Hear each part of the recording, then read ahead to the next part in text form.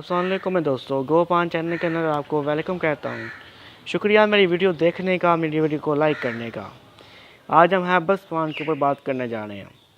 मैंने आपको कहा था मेरे पास दो हैबस के टोटल पौधे हैं, मतलब लाल कलर के। एक लाल कलर के हैं और एक पिंक कलर का है। उसके बाद एक डबल लाल कलर का है। टोटल चार पौधे हैं मेरे पास हैबस के टाइम। लेकिन अभी मैं दो शो कर रहा हूँ आपको वीडियो में।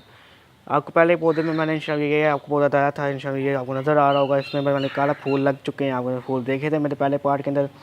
दूसरे पौधे के मैंने कहा था फूल लग जाएंगे, आपके सामने है, देख लें।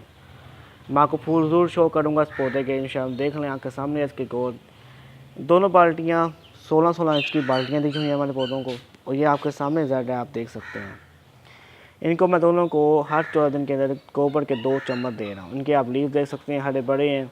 बस ये कमाल है, इनको दोनों को भली मिट्टी दी है और सनलाइट इनको मैंने कम्बल दे रहा हूँ। मतलब सुबह के लिए से शाम तक सनलाइट होती है, इनको उनके ऊपर होती है। मतलब 8 घंटे की सनलाइट इनको मिल रही है। तो आपके सामने है, देख लें, देख लें, आपके सामने है, देख लें कितनी अच्छी ग्रोथ है इनकी टाइम। बस इनका आपने कहा रखना है, इनको पानी आपने नहीं, पानी इनको आपने ज़्यादा देना है फर्स्ट टाइम और सेकंड टाइम। इनकी बाल्टियाँ आपने पानी से भर देनी है। और तीसरी बात, आपने इनको सनलाइट के अंदर रखना है 8 घंटे के। और तीसरी बात के लिए आप मैं आपको बताने जा रहा हूँ, मैं गोबर खाद। इनको गोबर खाद के 2 चम्मच हर 14 दिन के अंदर इनकी मिट्टी के अंदर देने हैं आपने।